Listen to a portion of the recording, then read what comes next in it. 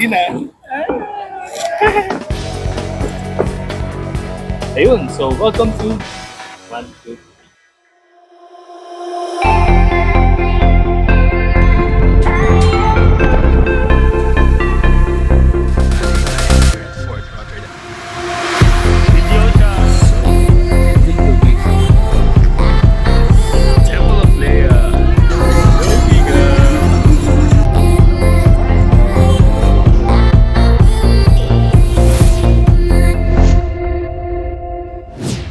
Welcome to another episode of Mikey Nike, and ngayon we'll be featuring another business, local business. In our goal naman syempre yung hashtag support local natin dito sa Mikey Nike. Makakasama ko ngayon ang owner, proprietor at siya rin ang nagbibig ng mga amazing cupcakes and cookies ng Biscuit by Aya. Yung iba ko din si Miss Aya. Okay. Ayan. So yun, first thing yun, can you tell us about the background of the business? Bakit ka nag-venture into baking? Siguro, nag-start po siya as a hobby. Then, naisip ko siya as business nung, siguro magka-holiday, naisip ko siya as, pagbenta sa mga, as souvenirs, ganyan. Yun. Paano mo na-realize na, marunong ka pala mag-bake? Ano ba to? Pinag-aralan mo ba? Course mo ba to? Or malayo sa pinag-aralan mo? Well, parang nagustuhan ko lang siya. Kakanood ko ng mga videos online. Yun. Tapos yun na Doon na nag-start. Hindi ko ba natakot na, syempre, di ba baking would require capital, yung mga equipment? Natakot. Natakot ako kasi feeling ko parang natatakot ako na may masabi yung iba, ganyan. Kaya, yun. So, paano mo yun na overcome? Siguro paano ba? Nasanay na rin ako kasi nung nag-start ako noon, may Ano full-time job. Ay, full-time work pa ako noon. Yes. Anong year ka nag-start? Last year, October yata. October lang. October. Tapos naisip ko lang siya na pwede ko tong gawing business sa Full-time na. sa Christmas, Ay, oo, ganyan. kasi yun yung magka-holiday, ganyan. Tapos, nasa full-time job ka pa rin ngayon? Wala na. Nag-resign na ako. Nag-resign ka na. So, ano yun? Dahil dito? Actually, ito talaga. Tama. Oo.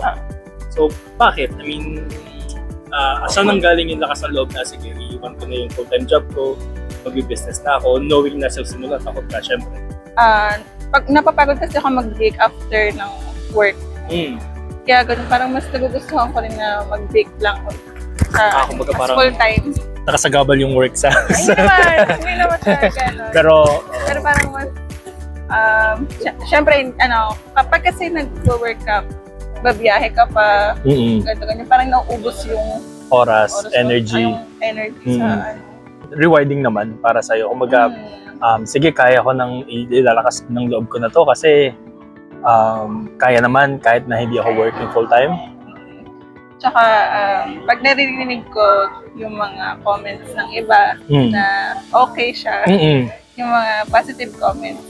Oo. Actually, masarap and affordable. Yes. Yun, kasi yun nga, hindi kasi ako sweet tooth, hindi ako mahilig sa mga pastries and all. Pero yun nga, ang iniiwasan ko kasi sobrang matamis or yung sobrang maganda pero malayo yung lasa. So, yung mga ganong feedback, yun yung nag-encourage sa'yo. Yan. Pero syempre, along the way, may mga challenges ka rin naman na hinarap dyan. Gaya ng... Syempre, hindi laging mabenta, hindi laging malakas yung business mo. Kaya, yun. Ano yung nagpapalakas ng loob mo kapag ganun? Kasi umuulit yung mga tao, kunyari, order sila ulit-ulit. Then yun yung naging motivation ko na mag-improve pa. Oo. Nice. Ayun. So, gaano mo katagal na nakikita yung sarili mo na, sige, ito na yung gagawin ko for the long term? Siguro feeling ko pag may sarili na ako, kahit small bakery lang. Nice. Full-time na siya. Oo, yun yung goal mo. Kaya magkaroon ng shop. That's nice. Tapos, syempre, paano ko ba i-word to? Yun nga, na yung pagkakamap ng mga cupcakes na yan, yung mga cookies na yan, at sariling mo ba yan, recipe or ano yung inspiration mo sa paggagawa ng mga... na siya halo-halo na siya sa mga video sa Sa Sa YouTube. Actually, yung cupcake niya, naka-ilang tries ako niya na iba-ibang mga chef yung gumagawa. Pero hindi ako nag-baking class, Or hindi ako Wala ka nag-baking talagang baking class Wala background. Uy. Wala akong experience sa ganun. If you don't mind me asking, yung full-time job mo, malayong-malayo dito?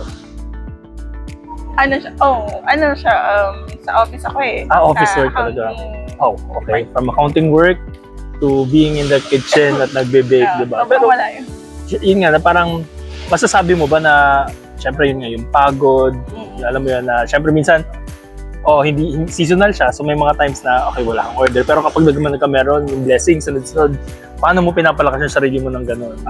Talagang yung motivation ko na lang is yung, syempre wala akong work, kailangan ko magsipag. Magsipag, hard work talaga sa sa pagbibig. Parang gusto ko na rin mag-start mag-attend ng baking class. Classes, okay, para mas ma-enhance mo pa. Para mas, kasi hindi ko pa minsan matansya yung mga, yung mga sukat-sukat. Oo. Yun.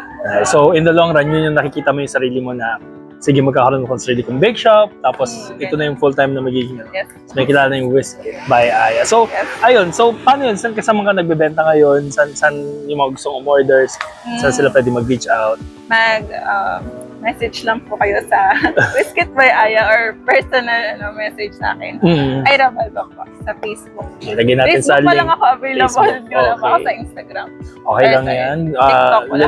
Slowly but surely. Pero yun, lagyan na lang natin yung accounts mo, social media mo sa comment section para pwede ka nilang bisitahin. And ayun, showcase din natin yung mga products mo sa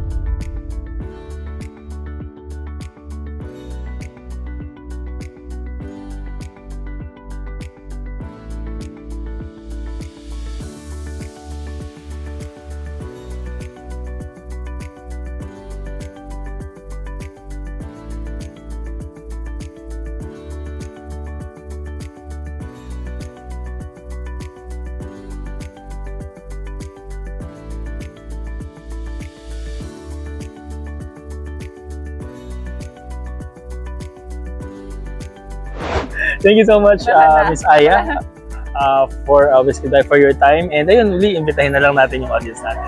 Yun guys, please like and follow my Facebook page, Whiskey by Aya. Ayun, thank you so much. And again, guys, yun yung time natin for Mikey Likey. And I'll see you again on our next business feature on our vlog.